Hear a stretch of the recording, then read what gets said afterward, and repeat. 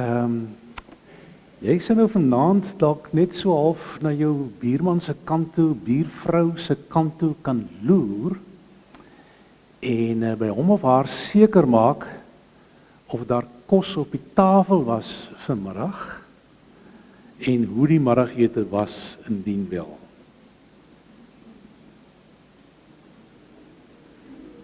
Lekker maar jy het baie energie daarvoor en hè.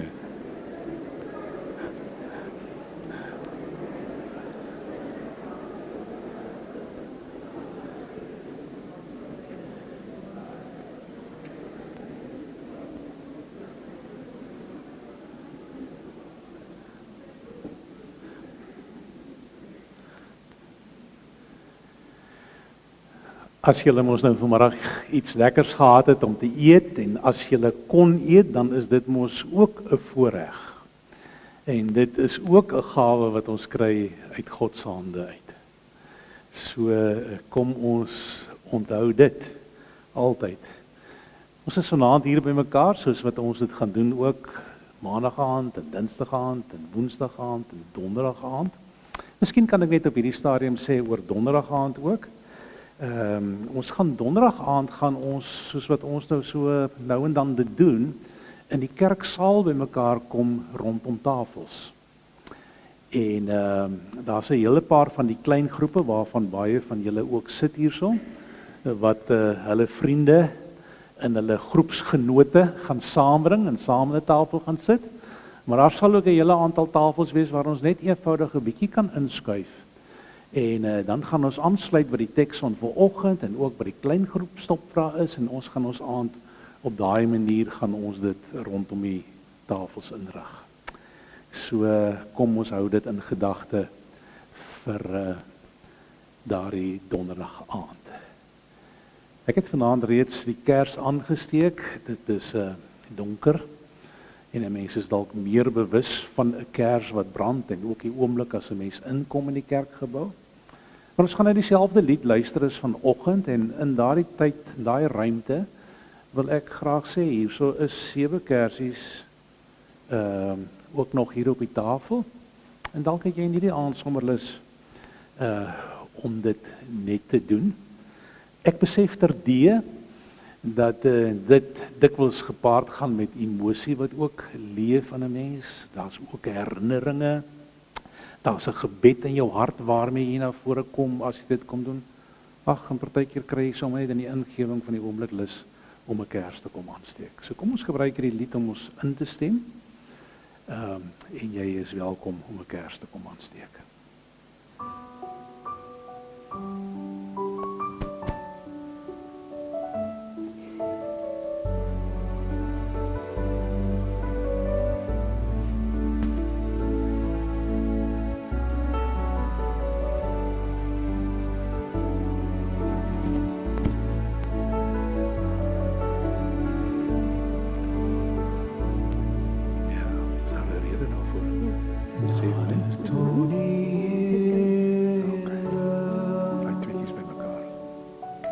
Naby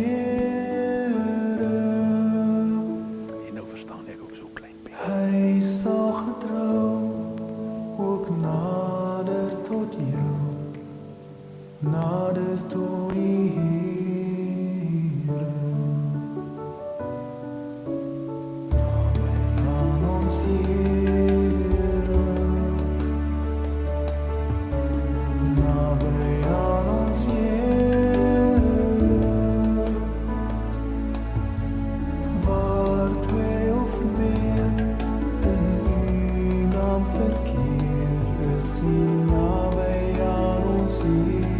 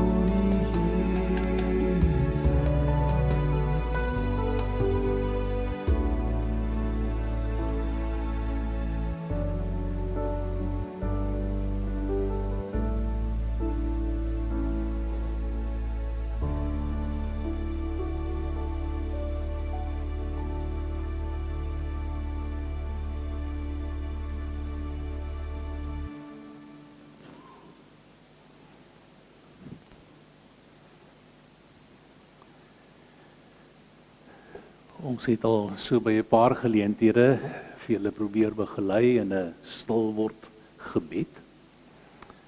En daar is nou maar net rondom brein funksionering 'n aantal goed wat vir mense help om af te skakel, af te rad en om stil te raak, regtig waar stil te raak.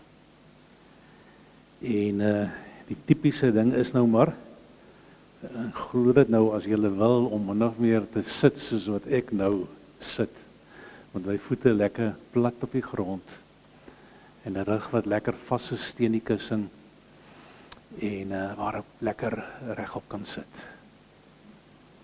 En dan om in daardie oomblik jou oë te sluit en dan 'n paar keer lekker diep asem te haal. En hou jy daai asem 'n goeie 5 tellings of wat vas as jy hom ingetrek het.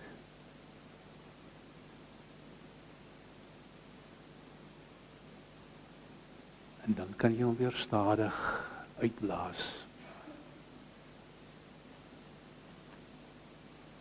My help dit dikwels om 'n fokus hier te kry, hier op my bors, hier in my hart se omgewing en my fokus aan mekaar daarna toe te trek. Ek glip aan mekaar uit, afhangende van waar ek was en wat alles met my gebeur het. Maar dan fokus ek weer hier op my borskas, terwyl ek hierdie asem diep inhaal.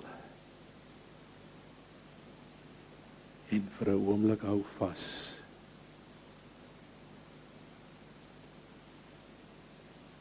En dit weer uitblaas. My hande lê in my skoot, gemaklik en ontspanne. En ons gaan dit aangaan daarmee. Maar vir 'n oomblik kan jy dalk net jou oë oopmaak en loer na die skerm se kant toe.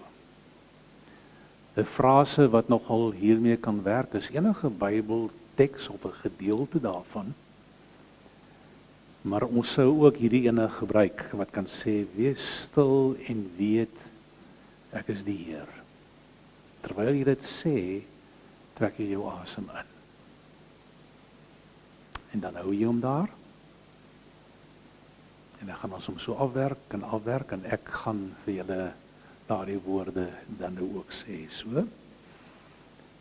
Kom ons trek ons asem diep in en ons sê vir onsself: wees stil en weet ek is die Heer. En ons hou hom elke keer 'n bietjie daar. En ons blaas hom uit. Die volgende sê ons dan, terwyl ons inasem en sê: wees stil en weet ek is.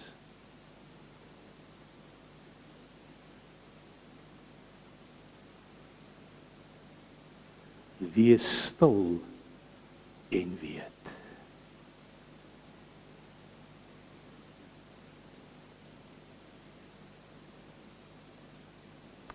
Wees stil.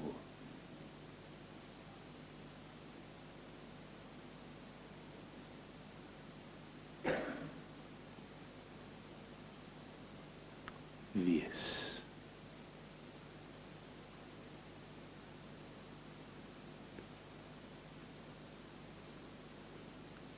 Amen. Ons is en ons is maar net, ons wees ook in die teenwoordigheid van God. Probeer dit onthou en probeer iets daarvan in jou lewe aanwend. Dit neem tyd om regtig waar die effek te hê. Ons praat van 'n geloofsgewoonte en 'n geloofsgewoonte is iets wat vorm deurdat 'n mens dit aan mekaar hou totdat dit 'n natuurlike manier raak van jou om stil te raak. Daar's baie ander maniere ook. Hierdie is maar een daarvan.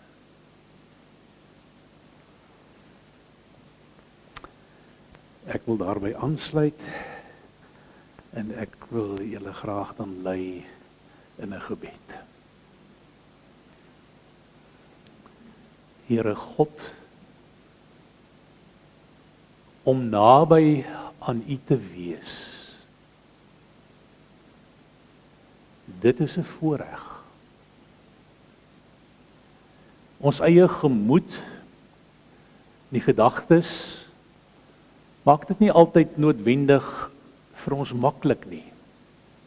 Partykeer stry ons, struggle ons. Maar om stil te raak in U teenwoordigheid en met die wete dat U in my is en dat U in hierdie vertrek is, dit bring op 'n manier ook vrede. En ons is aan die gang en ons is bedrywig en ons doen baie dinge en ons het baie planne en ons het drome. En daarom is dit van tyd tot tyd nodig om sommer net lekker te gaan sit en net te weet dat ons by U stil kan raak. Here, ons het 10-1 die voorreg gehad om vanmôre in hierdie kerkgebou te wees, om vanaand weer hier te wees. Vanaand is daar weer 'n teks. Wil U ook in dit wat leef in ons harte en in ons gemoed, wil U ook gee dat dit sal insink en dat dit wortels sal skiet en dat dit 'n effek sal hê op elkeen van ons se lewens. Dankie dat ons hier kan wees, dankie dat ons kan weet dat ons vir mekaar gegee is, sodat U ook verheerlik kan word deur die manier waarop ons na mekaar uitreik en die manier waarop ons by U betrokke is en by mekaar. Amen.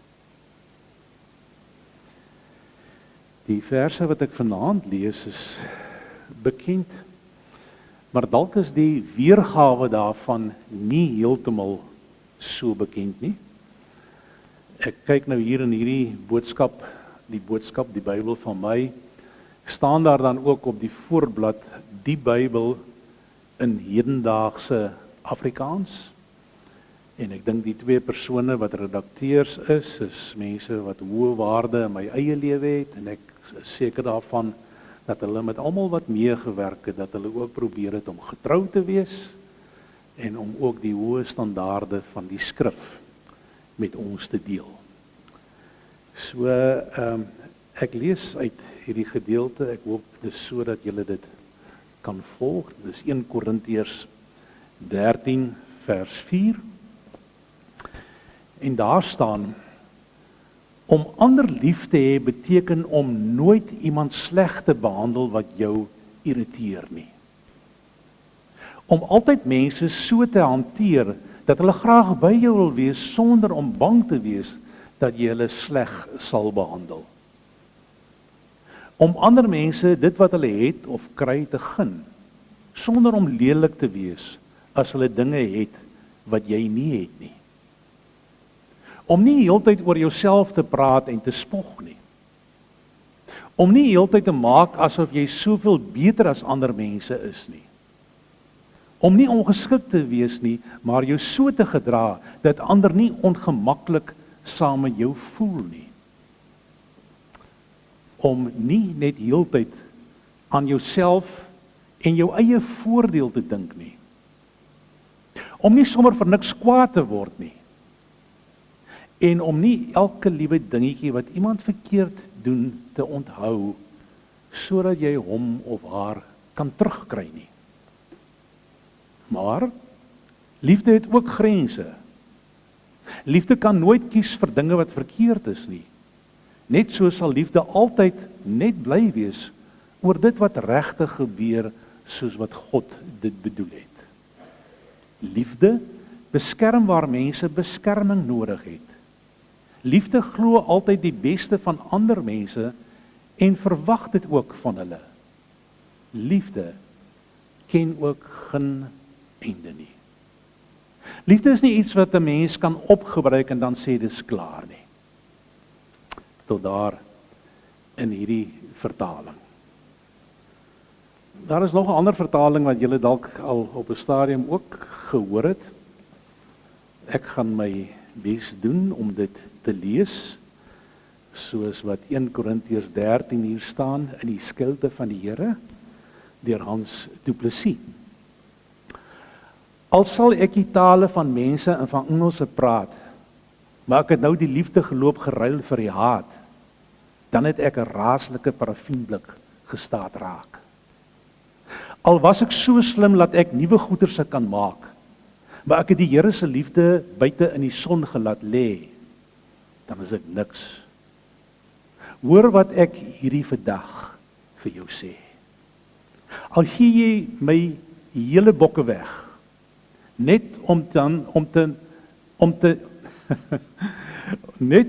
die ag te hê, dan sal al hierdie dinge my nou niks gebetaal het nie. As ek nie die liefde uit die hemel uit kan geloop haal het nie. Die regtige liefde, die se bek is nooit nie dikkie. Jy sien hom nie skinder en jy hoor hom nie klikkie. Hy skryf oor die kwaad okkie in boekietjies oppie. Die liefde maak alles mooi toe wat hy met hy se sawwe karos. Tale die hou op, voorspellinge verdwyn en woorde raak los. Maar liefde, die sal nou tot by ewigheid toe net so bly staan. Toe ek nog 'n kind gewas het, toe ek soos 'n kind gedink. En vandag sien ek net troewelse in die gorrawater se blink. Maar eendag sal ek die Here se hele waarlikheid gat weet. En nou is dit die geloof en die hoop en die liefde wat bly staan. Maar net die liefde sal saam met my na die Here se hemel toe gaan. Verstaan julle dit al? Ek het my bes probeer. Liewe vriende, hierdie gedeelte na my aanvoeling in die boodskap is op so 'n wyse vertaal dat dit vir my al voel, wat moet ek by sê? Wat kan ek daarmee saam sê? Miskien een dingetjie, en dit is, iemand wat lief is vir God en vir ander mense, is mense wat geduldig en vriendelik is.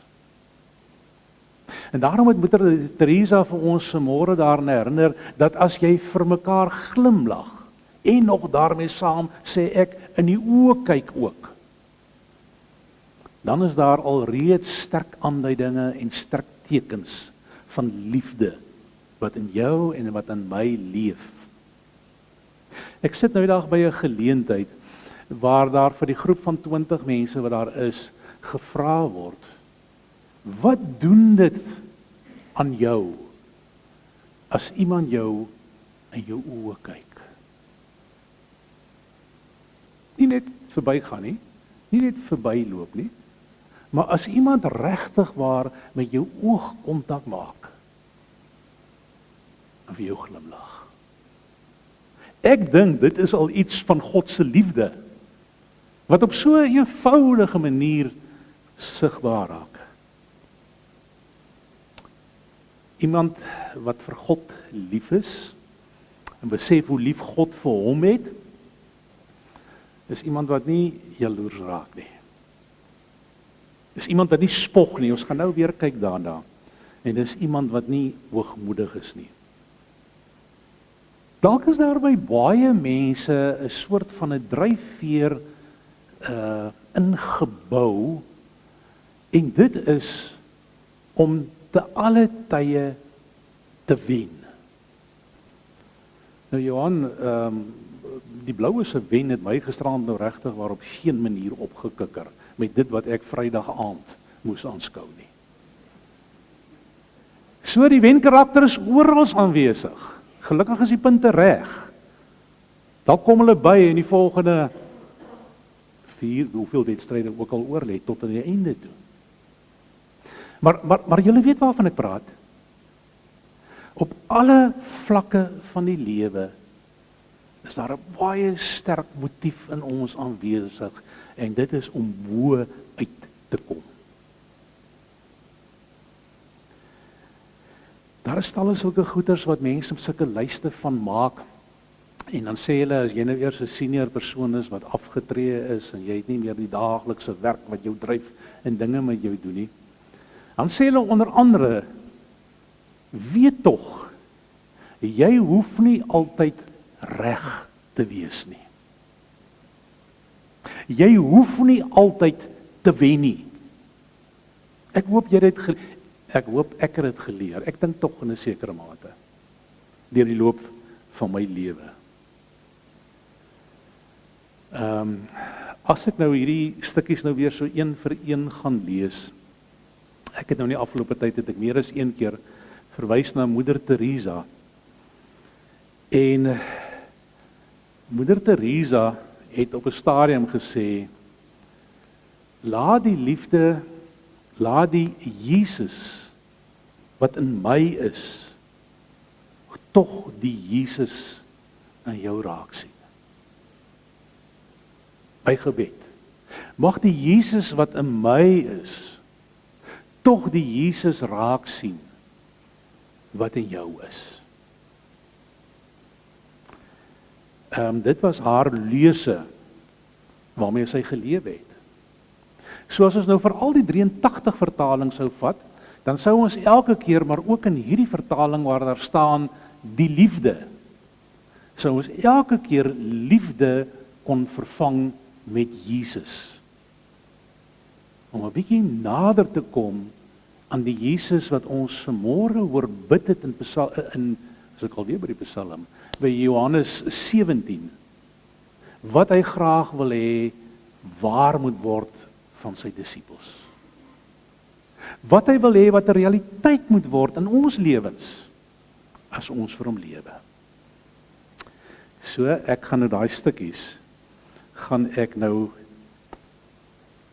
deurlees sodat ons baie seker kan maak wat is die inhoud van elkeen van die gedeeltes. 1 Korintiërs 13 en vers 4 begin om te sê, om ander lief te hê beteken om nooit iemand sleg te behandel wat jou irriteer nie. Nou hierdie irriteer is 'n lastige ding.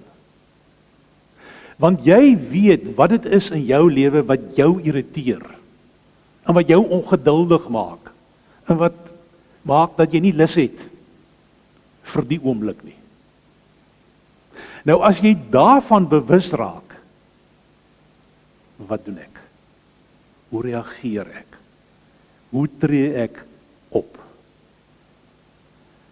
1 Korintiërs 13 sê die liefde beteken om nooit ooit iemand anderste sleg te behandel nie. Al irriteer hulle die blou rook uit jou uit. Al het jy nie lus om te bly sit nie. Al het jy nie lus vir daai geselskap nie. Moet nooit iemand sleg behandel nie. Want dit is liefde. Ek druk aan na die volgende ene wat sê, liefde is om altyd, Jesus is om altyd alle mense so te hanteer dat hulle graag by jou wil wees, sonder om bang te wees dat jy hulle sleg sal behandel. Kom ons wees eerlik. Ek het nie altyd in alle omstandighede vir almal lus wat my pad kruis nie. Jy ookie. Daar is sulke tye in ons lewe. So die liefde in Jesus vra van my om so met mense om te gaan en so met hulle te gesels en so na hulle te luister en op so 'n manier by hulle betrokke te raak en hulle so in die oë te kyk dat hulle nie 'n bangheid sal ervaar om in my geselskap te wees nie. My geselskap moet vir hulle goeie geselskap wees sonder nou om voorbarig te wees daaroor. Liefde is om ander mense dit wat hulle het of kry te gun, sonder om lelik te wees as hulle dinge het wat jy nie het nie. Sommige van ons kan met sommige van die aspekte meer sukkel as ander. Ons het mos gesê ons is uniek. Daar's dinge wat lê in my groot word jare, wat 'n effek op my het.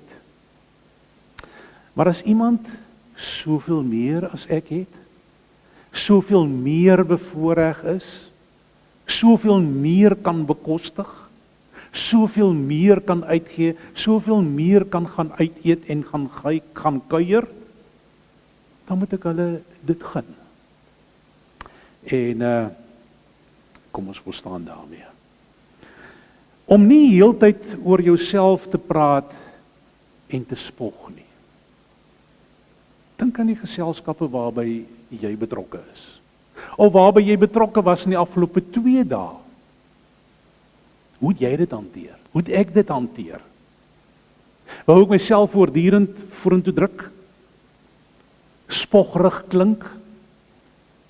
Vertel van wat ek doen en hoe ek dit doen?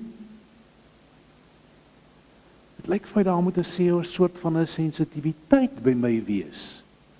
Dat ek nie op daai manier hierdie ontmoeting so oorneem en die gesprek so oorneem, dat mense ook nie lus het om deel van my gesprek te wees nie. Lyk my 'n mens moet deurentyd op jou tone bly as ek nou al die goeters lees van 1 Korintiërs 13. Liefde is om nie heeltyd te maak asof jy soveel beter as ander mense is nie. Nou ek moet myself dink, hoe gebeur dit? Wanneer ervaar iemand anders dit in my? Miskien bedoel ek dit nie. Miskien het ek nie dit in gedagte nie. Miskien wil ek nie dit bereik nie. En tog klink ek dalk so as my medegelowiges na my moet luister. Jesus of die liefde is nie ongeskik nie. Maar jou so te gedra dat ander nie ongemaklik saam met jou voel nie. Ek weet nie of dit die soort van vraag is wat ek moet waag om nadat ek by mense was te maak soos die mense wat vir jou 'n diens gelewer het oor die telefoon en sê ek stuur net gou-gou vir jou 'n evaluering dat jy kan sê wat dink jy van my optrede nie. Ek sal dit eerder nie waag nie. Ek kon daarom gelukkig vir gister vir iemand rondom korttermynversekering met die manier waarop sy gehelp het en toe ook nog in 'n taal gepraat het wat ek verstaan het en haar mooi kon volg, kon ek gesê het na die tyd uitmuntend. Wonderlik. En ek sou selfs vir haar meer wou sê as dit wat die vraelysie my toegelaat het. Om nie ongeskik te wees nie, maar jou so te gedra dat ander nie ongemaklik saam met jou voel nie. Ek my die ongemak ding kom meer as een keer na vore in hierdie manier van vertaling. Om nie net heeltyd aan jouself en jou eie voordeel te dink nie. Nou dit het ons mos nou vanmôre ook gesê. Dis amper een van my, amper een van die mees kenmerkende dinge van liefde. En dis al 'n paar keer gesê deur die loop van hierdie jaar. Om nie sommer vir niks kwaad te word nie. Nou wat is niks? Om nie sommer vir niks, om nie sommer maar net, om nie te vinnig op jou perdjie te spring en kwaad te raak nie. Doen maar daai ou dingetjie wat sê, tel tot by 10 voordat jy reageer. Die geheim daarvan is dat daar in elk geval iets in jou brein gebeur, amper soos wat ons nou net in die gebed was, dat jy rustig raak, dat jy diep asemhaal, en dat jy liefs nie kwaad raak en reageer nie. Ekskuus. Nou, om nie elke liewe dingetjie wat iemand verkeerd doen te onthou sodat jy hom kan terugkry nie. Nou, ek moet eerlik wees, ongelukkig is my, of gelukkig is my manier van funksioneer so, dat dinge wat met my gebeur en rondom my gebeur, dat ek dit redelik goed kan onthou. Die manier waarop ek inligting versamel, is deur soveel as moontlik al my sintuie te gebruik. En dan te onthou. Maar dan moet ek onthou, dat ek dit nie moet gebruik, om iemand nou terug te kry nie. Want julle weet hoe dit werk, as iemand iets aan jou doen, dan wil jy hom terugkry, jy wil beter daarvan afkom. En as daai vriend van my dit ontvang, dan wil hy weer 'n goeie hou inkry, en hy wil weer bo uitkom. En so raak hierdie 'n hele bekleierery en 'n hele gemors. Dis nie liefde nie. Dit hoor ek alles uit hierdie gedeelte uit. En dan vers 6, 7 en 8. Kom ons luister maar net weer hierna. Maar liefde het ook grense. Liefde kan nooit kies vir dinge wat verkeerd is nie. Net so sal liefde altyd bly wees oor dit wat regtig gebeur, soos wat God dit bedoel het. Altyd gaan dit oor die eer van God in alle moontlike kontak wat ek met enige een van julle mag hê. Dit gaan oor God. En dit gaan nie oor my nie, maar dit gaan ten eerste gaan dit oor jou. Liefde beskerm waar mense beskerming nodig het. Liefde glo altyd die beste van ander mense en verwag dit ook van hulle. Liefde ken ook geen einde nie. Liefde glo altyd die beste van ander mense. En verwag dit ook van hulle. Ek onthou hoe ek in my opleiding en altyd in my kursusse al meermale daarmee gekonfronteer is, deur dit daar vir my gesê is, Johan, besef dat as 'n lidmaat iets doen, dan doen hy dit altyd na die heel beste van sy of haar vermoë. Ek het nogal partykeer twyfel daaroor. Maar dan hoor ek weer hierdie stem, dan hoor ek dit wat staan ook hier in 1 Korintiërs 13, en ek herinner myself daaraan. Mense se ingesteld is nie noodwendig om die slegste vir jou te gee nie, maar om die heel beste te gee, en om die heel beste vir die Here te gee. Dalk is dit nie soos wat ek het sou doen nie. Die manier waarop ek daarmee omgaan, sê alles van die liefde van God wat in my leef. Liefde is nie iets wat 'n mens kan opgebruik en sê, nou is dit klaar nie. Ek dink, ons moet maar hierdie teksgedeelte moet ons ernstig opneem. En ons moet maar eerlik voor God sit en sê, Here, ek moet bid, ek moet bely, ek wil vra. Kom ek hou daai net vir 'n oombliekie terug. Ek het nou maandag wat verby is, was ek saam met 'n klomp mense in 'n dagkursus wat hier aangebied is by ons in die klein saaltjie. Wat, as ek dit nou in my taal moet sê, wat gegaan het oor neuropaie. Nou neuro het alles te doen, dink ek, met die brein en wat in die brein gebeur. En ek het 'n klomp bevestiging gekry en ek het 'n klomp wonderlike goed in die proses ook gehoor, maar laat ek tog nou eers die een sê wat ek nogal vir mense ook vertel het. Ek stap hier by die klein saaltjie in, is van 9 tot 4, 'n bietjie vroeër klaar gemaak die maandagmiddag. En toe ek nader kom, toe sit daar 18 vrouens. En vir die oomblik is ek totaal en al uit my comfortzone. Want vir 'n dag lank moet ek nou, dit kan ons nou 'n wonderlike geleentheid wees, nee, maar in daai oomblik is ek toe totaal uit my comfortzone uit. 1 man, 18 vrouens.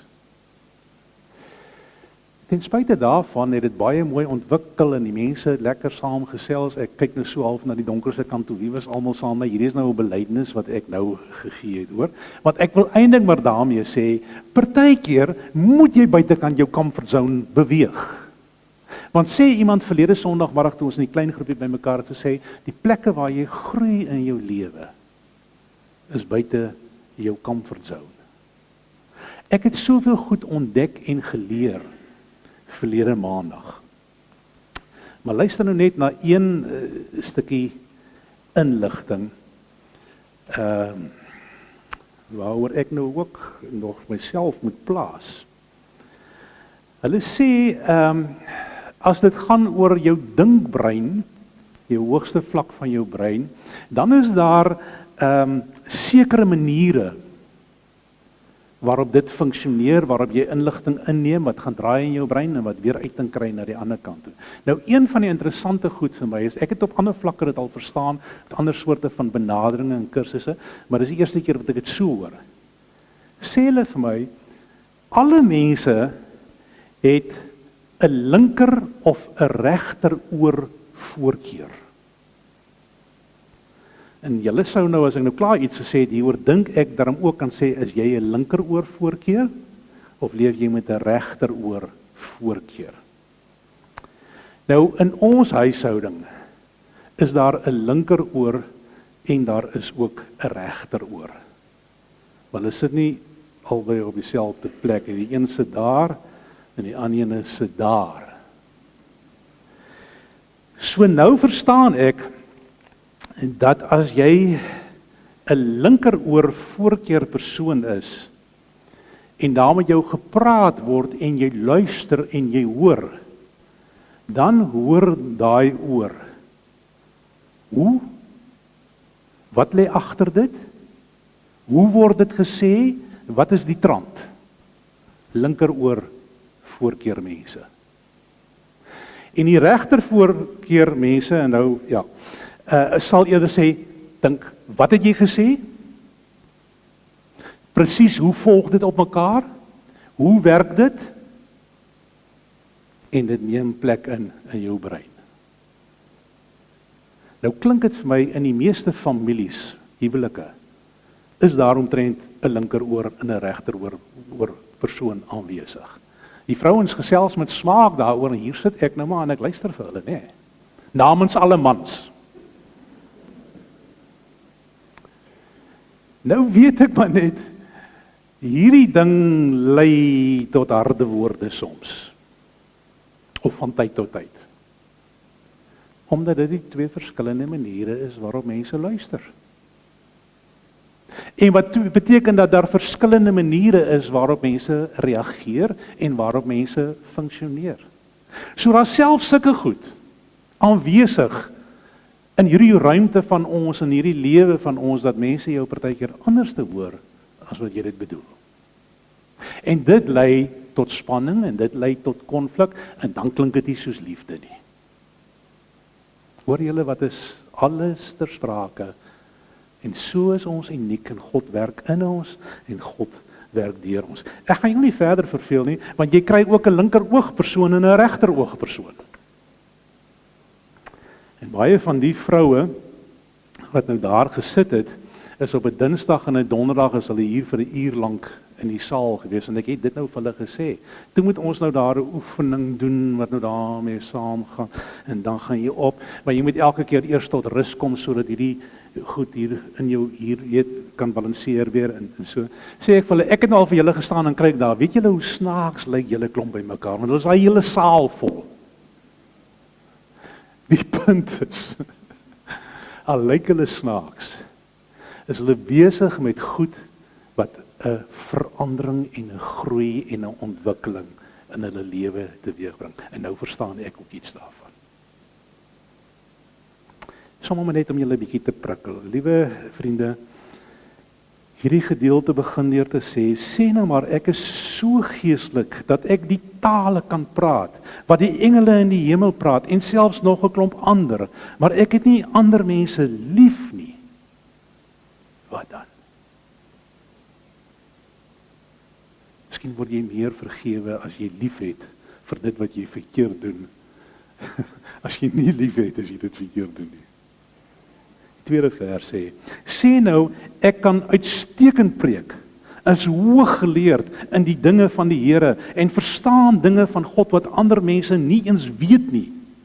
En boonop het ek nog die grootste geloof wat jy jou kan voorstel. Maar ek het nie ander mense lief nie. Is ek vir die Here 'n 0 op 'n kontrak. Mag julle huis toe gaan en tyd hê om te dink oor sommige van die goed wat in hierdie teks staan.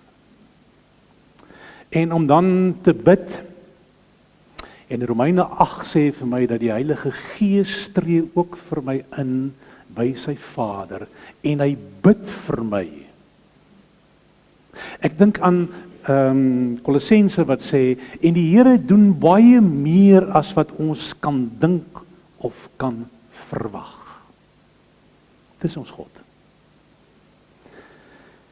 So dis die klompie goed wat ek in hierdie aand maar met julle wil deel. En daar is die spreek van Moeder Teresa ook wat sê, laat die Jesus in my, die Jesus in jou dien. Ek het meermaal al verwys na 'n persoon wat in my lewe vir my gesê het, dat die oomblik as ek in 'n verhouding met God ingaan, dan raak ek ons. En ons het dit gehoor vanmôre se teks.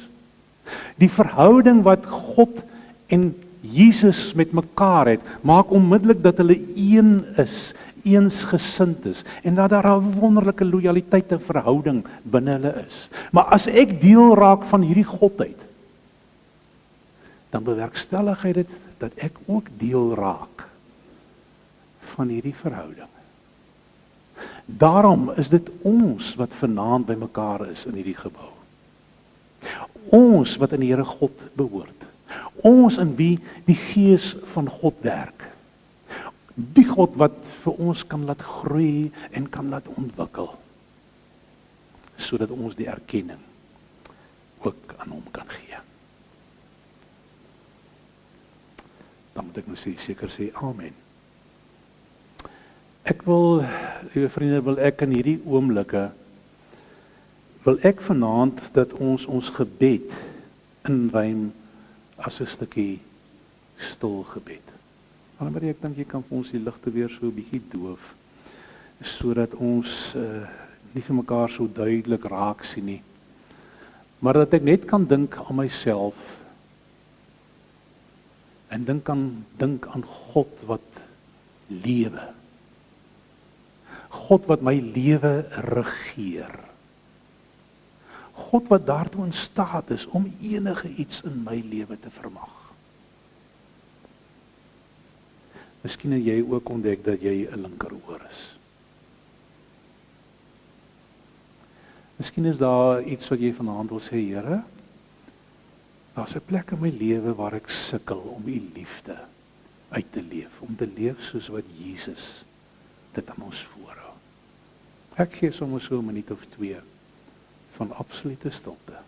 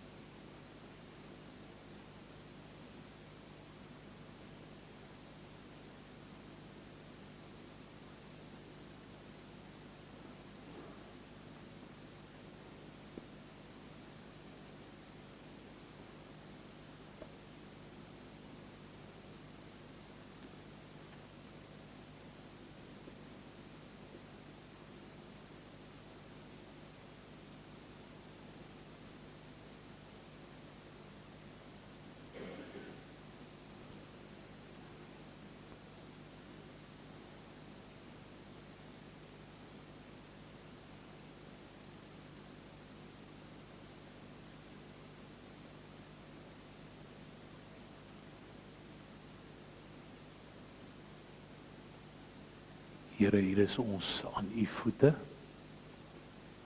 in u teenwoordigheid, en u het vir ons die Heilige Gees gegee, sodat die Heilige Gees in ons lewens kan werk, ons kan verander, ons kan vernuwe. Wil u gee dat hier 'n vlak van liefde sal intree in ons lewens en in ons gemeente en tussen gelowiges, sodat u daardeur verheerlik kan word. Ons bid dit, Here, en ons vra dit met baie, baie groot afhanklikheid. U het al die mag en beskik daaroor om so in ons te werk. Amen.